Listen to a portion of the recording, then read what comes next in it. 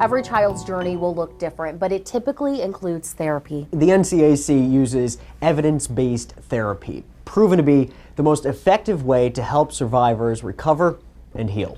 Mind and respect so-and-so's parents. It took years after her abuse for Margaret Holzer to dive deeper into why she was so obsessed with winning. But I felt like I had to keep throwing in all these accomplishments into the pit of despair. Instead of channeling emotions by acting out, Holzer put her energy into succeeding in everything she took on. Just to walk into a room and feel normal, or to feel good enough, or to feel like I deserve to be there. It wouldn't be until she told her story to the world that she felt the pressure lifted from her shoulders. But then I didn't necessarily have self-worth. She does now. It took years of therapy.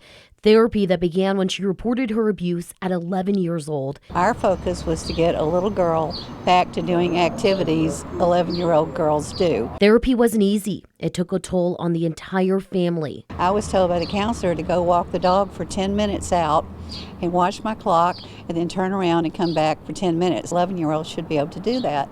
Margaret hid in the closet.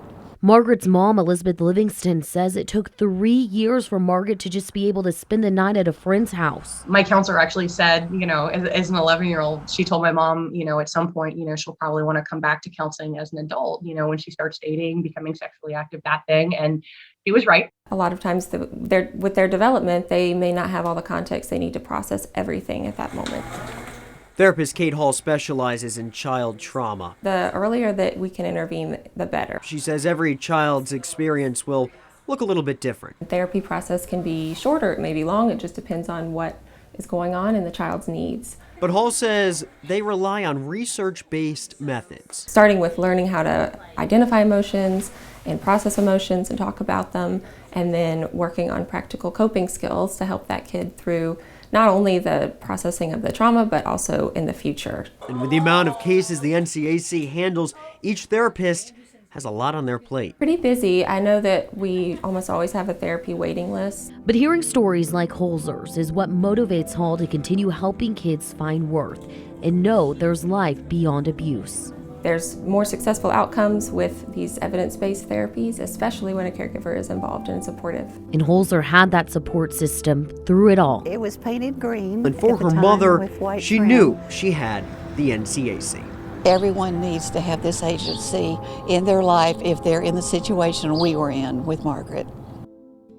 The resources here at the NCAC are free, including therapy. It relies on donations and grants to keep serving our community. In 2020 alone, the NCAC helped more than 1,500 kids across 1,500 cases.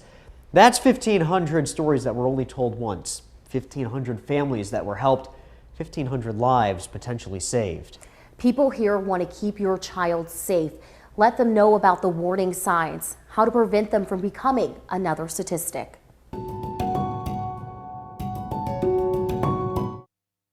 Thank you for watching this special presentation of Way 31 News. For more than 60 years, North Alabama has turned to Way 31 for trusted news, weather, and information.